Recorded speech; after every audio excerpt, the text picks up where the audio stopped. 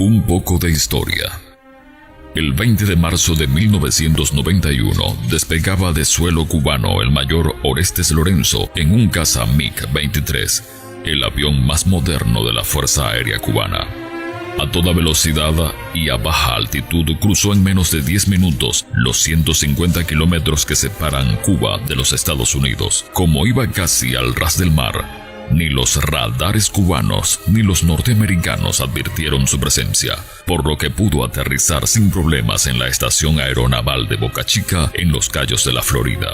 Orestes solicitó asilo en Norteamérica y una vez superados los interrogatorios a los que fue sometido, recibió el estatus de refugiado político. La deserción de Orestes Lorenzo fue una bofetada en la cara del régimen castrista. El mayor Lorenzo era uno de los pilotos de élite de la Fuerza Aérea.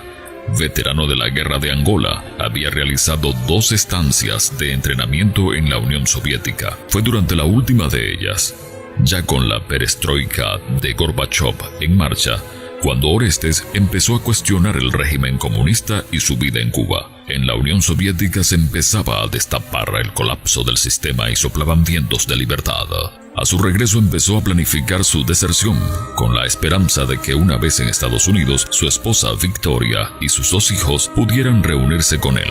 Luego de fugarse en el avión y ya en calidad de refugiado, reclamó la salida de su familia de la isla, pero se topó con la negativa de Raúl Castro, en ese entonces comandante de las Fuerzas Armadas. Castro de ninguna manera permitiría salir de Cuba a la familia de un militar de élite que había traicionado la confianza depositada en él y había puesto en ridículo al régimen. Orestes entonces recurrió a la Comisión de Derechos Humanos de la ONU. Sin resultado alguno, coincidieron con la cumbre iberoamericana celebrada en Madrid en 1992 con la presencia de Fidel Castro. Realizó un acto de protesta encadenándose a las rejas del Parque del Retiro. La reina Sofía, que guardaba una buena relación personal con Castro, realizó gestiones personales para lograr la salida de su esposa y los 2 niños de Cuba. Incluso el asunto llegó hasta el despacho de Mikhail Gorbachov. Todo aquello fue infructuoso. Fidel Castro, a través de su asistente personal, le hizo llegar la respuesta a Victoria.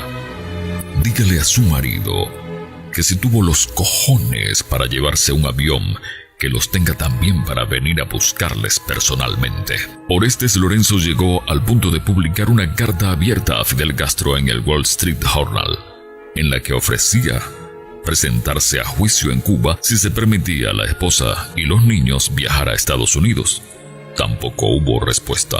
Ante las escasas perspectivas de sus gestiones internacionales, la desesperación hizo presa en el exmilitar cubano. Decidió entonces que si no tenía éxito de manera pública, iría él mismo a sacar a su familia. Conocía los aviones rusos, pero tenía que entrenarse en modelos convencionales occidentales. Consiguió la licencia de piloto deportivo en poco tiempo y con $30,000 prestados por una organización humanitaria de exiliados cubanos, adquirió una vieja avioneta bimotor Cessna 310 en regla. A través de un par de amigas mexicanas que viajaron a Cuba, hizo llegar secretamente a su familia la fecha, el lugar y la hora exacta donde debían esperarlo para el rescate que había puesto en marcha. El día elegido fue el 19 de diciembre a las 5 de la tarde. Despegó desde un pequeño aeroclub cercano a Miami, advirtiendo de que si no regresaba en el plazo de un par de horas, lo diesen por muerto. Volando a muy baja altura, 2 metros sobre el océano para evitar los radales, la nave se aproximó a la isla al atardecer, a la angosta carretera frente a la playa El Mamey, muy cerca de Varadero, a unos 150 kilómetros del este de La Habana. Mientras tanto, su esposa y los niños, que esperaban en la carretera según lo acordado, escucharon el ronroneo del motor y vieron el aparato. Lo que Lorenzo no había previsto en su minucioso plan fue que a esa hora la carretera estaba transitada. El escenario no podía ser peor, porque en el tramo previsto para el aterrizaje coincidieron un auto, una rastra, un autobús con turistas y una gigantesca piedra en medio de la vía. Balanceando las alas, el piloto casi rozó el techo del auto, tocó tierra y se detuvo a 8 metros del autobús con los turistas petrificados en sus asientos y con los ojos a punto de salírseles de las órbitas. Casi 2 años después de la separación, Lorenzo vio aparecer a su familia corriendo frente al avión. En la carretera, Alejandro, el menor de los niños, perdió un zapato.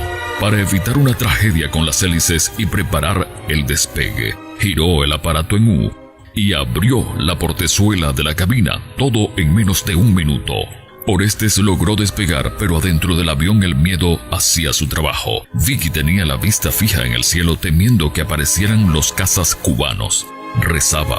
En un momento rodeó con los brazos a sus 2 hijos y les tapó los oídos para que no oyeran si ocurría lo peor. Los niños estaban asustados, confundidos, lloraban. Solamente cuando la aeronave traspasó el paralelo 24, límite del espacio aéreo de Cuba, la tensión aflojó un poco. Casi 1 hora más tarde, la nave aterrizaba de vuelta en la Florida. El revuelo mediático que causó la hazaña de Orestes fue tremendo, ya que por segunda vez había hecho quedar en ridículo al régimen castrista. En la primera rueda de prensa dijo: díganle a Fidel Castro que le he tomado la palabra y he ido personalmente a buscar a mi familia. En la actualidad, Orestes es un próspero empresario en Miami, Florida, Estados Unidos. Noticias, deportes, economía, espectáculos, tecnología y todo el acontecer internacional en un solo lugar. Impacto Global. Suscríbete a nuestra página para estar bien informado.